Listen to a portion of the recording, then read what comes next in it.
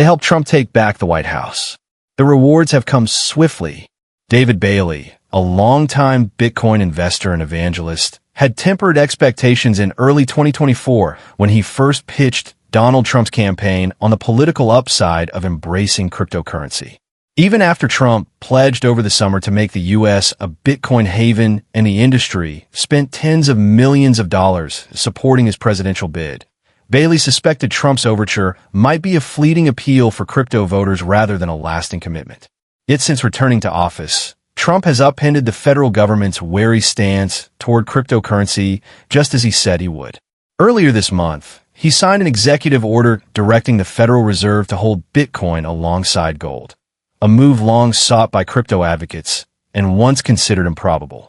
If a year ago you put me into hypnosis and said, "Describe to me your deepest dreams of what could happen," this would be straight-up fantasy, said Bailey, who owns the Bitcoin conference where Trump first stepped out as a pro-crypto candidate.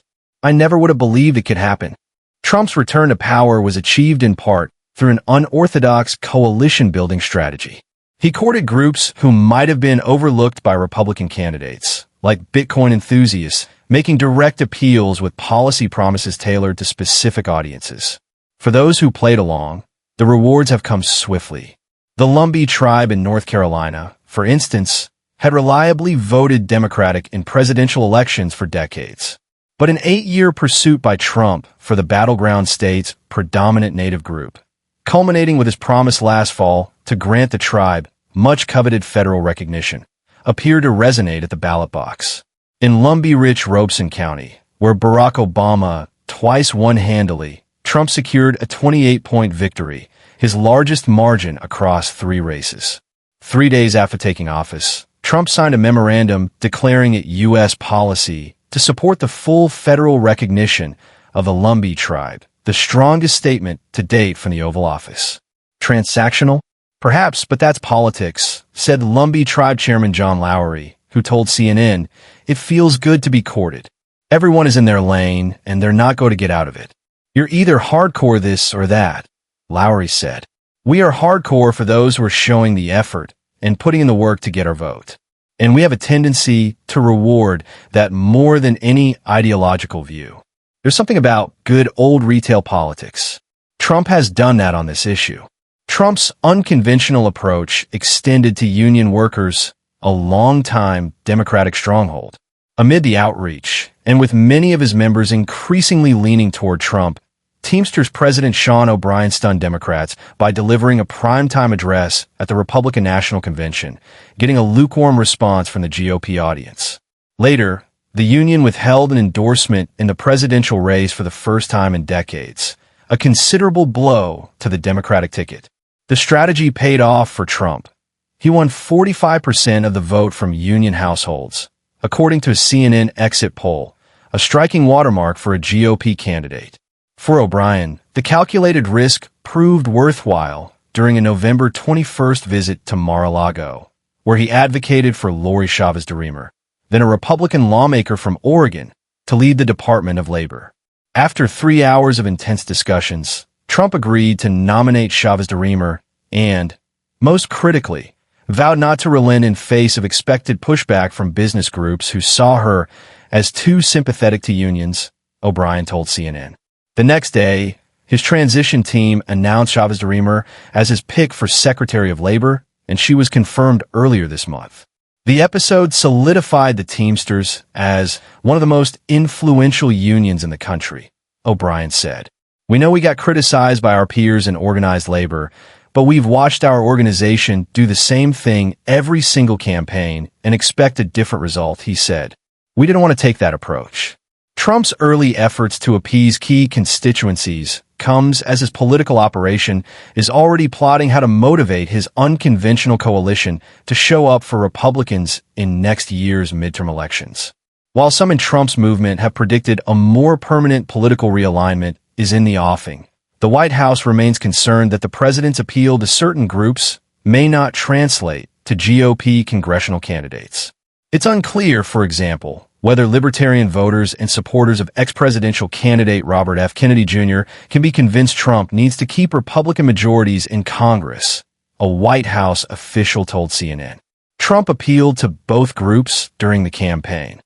A calculation his political team made early after watching the Libertarian candidate siphon votes from him in 2020.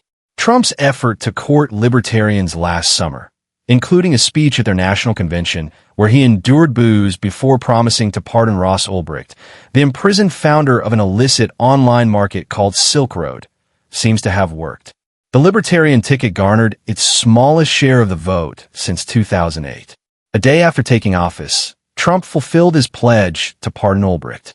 Similarly, Trump named Kennedy Secretary of Health and Human Services shortly after the election, after vowing the prominent vaccine skeptic would have a role overseeing health issues in his administration. Angela McArdle, the Libertarian Party chair at the time, has publicly insisted giving Trump a platform at the convention has paid off for her members. Don't expect perfection, she posted on X this week. Take the wins. But not everyone is pleased with the arrangement. Stephen Nikela, the current party chairman, called Ulbricht's clemency a good transaction from the Libertarian movement, but added that Libertarians were naive if they thought Trump wanted anything more than our vote. It's even more naive to think we won't be discarded when we're no longer convenient, the same way Representative Thomas Massie was cast aside when he was no longer in line, Nikela said, referring to Trump's threat to primary the conservative Kentucky congressman after he defied the president on a vote to fund the government. When Trump unveiled his family's new digital asset business, Nick Carter, a crypto investor who supported the Republican, said, "At best, it's an unnecessary distraction. At worst, it's a huge embarrassment and source of additional legal trouble." Bailey, speaking to CNN en route to a dinner at the White House for donors, dismissed the conflicts as examples of Trump's entrepreneurial spirit. Regardless, Bailey believes the former president has forced the political class to take the cryptocurrency community seriously. "Our voter bloc is big and growing quickly," he said, "and it will be up to the parties to speak with us."